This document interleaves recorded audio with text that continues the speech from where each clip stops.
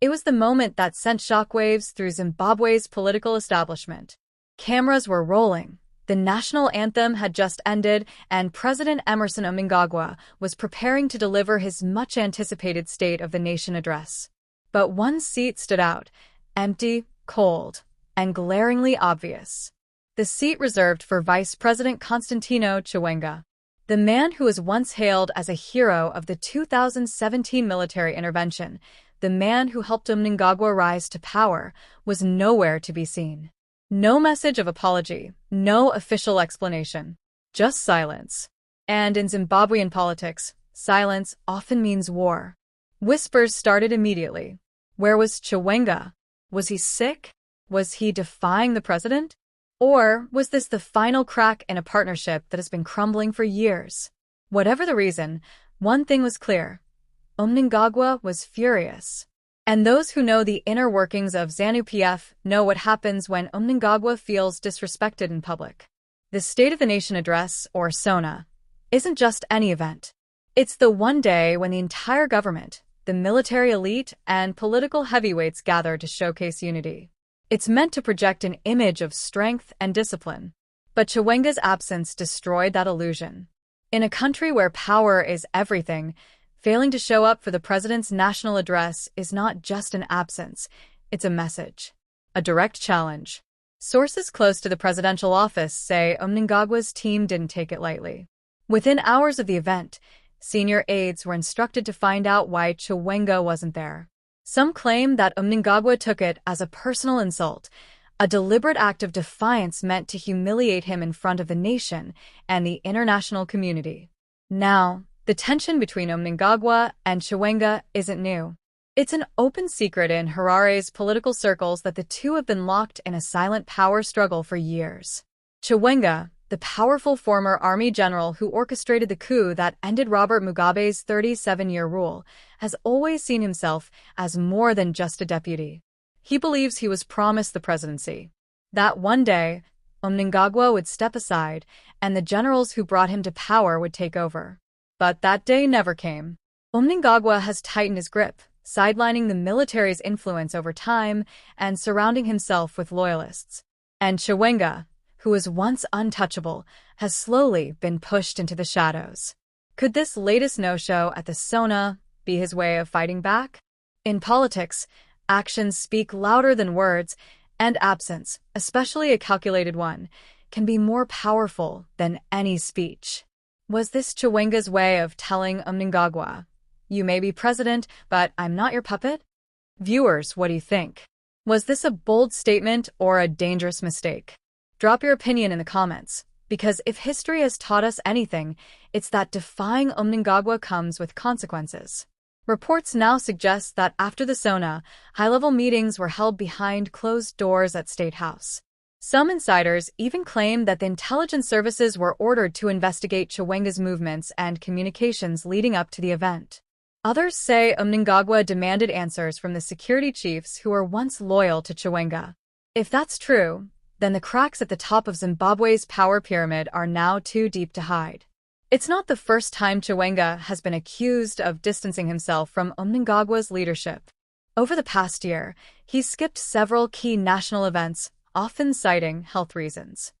But many now believe these absences are deliberate, carefully timed signals to remind everyone that he's not just another cabinet member.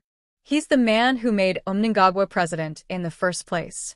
And that's the irony. Without Chiwenga and the military's backing in 2017, Mnangagwa would never have been president. But power has a way of turning allies into rivals. Mnangagwa's growing paranoia about loyalty has created a toxic environment inside the government, and Chiwenga's silence is now being interpreted as resistance. According to political analysts, this latest act could be the final straw.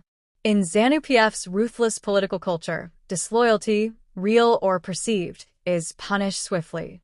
Some speculate that Mnangagwa may use this opportunity to weaken Chiwenga once and for all, possibly through a reshuffle or by reducing his control over the military structures that once obeyed his every word. But there's another theory making the rounds, that Chiwenga may be preparing for his own political comeback. There are murmurs that he's quietly consolidating support from within the army and certain factions of ZANU-PF who believe Mnangagwa has overstayed his welcome. Could this be the beginning of another political earthquake in Zimbabwe? Think about it. If Chiwenga was truly finished, he wouldn't risk openly defying the president. This could be a signal, a warning shot. A message to Mnangagwa that the generals who once installed him are still watching and that the throne isn't as secure as he thinks. But Mnangagwa is no fool. He's survived assassination attempts, coup plots, and political purges. He knows how to play dirty politics.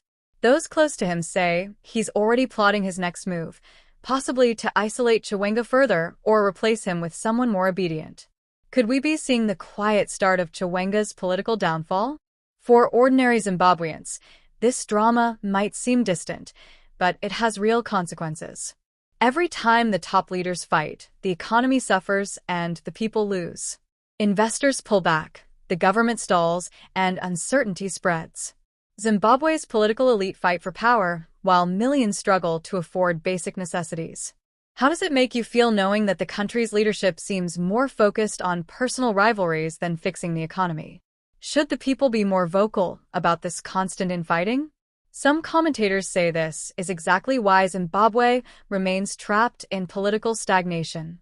Every administration ends up divided, and every leader repeats the same mistakes, surrounding themselves with loyalists instead of visionaries. Mnangagwa's refusal to share real power and Chiwenga's obsession with reclaiming it are symptoms of a system that refuses to evolve. Meanwhile, the state media has gone silent on Chiwenga's absence. No explanations. No statements. Just carefully crafted reports focusing on how successful Mnangagwa's SONA was. It's the typical Zimbabwean political playbook. Pretend nothing is wrong, even when the cracks are visible for the whole world to see. But social media tells a different story. And yet, despite everything, Chiwenga's silence speaks volumes. Maybe he knows something we don't. Maybe this was his way of testing the waters, to see just how far he can go before Mnangagwa strikes back. Zimbabwe stands at another political crossroads, where the tension between the generals and the politicians could once again decide the nation's fate. Will the ruling elite choose unity or continue down this dangerous path of self-destruction? What do you think, viewers? Has Chiwenga just signed his own political death warrant, or is he quietly planning something much bigger behind the scenes? Do you think Mnangagwa will move against him, or will this feud explode into something that changes Zimbabwe's power structure forever? Tell me your thoughts in the comments, because one thing is certain, this story is far from over. And when power is at stake in Zimbabwe, no one is ever truly safe.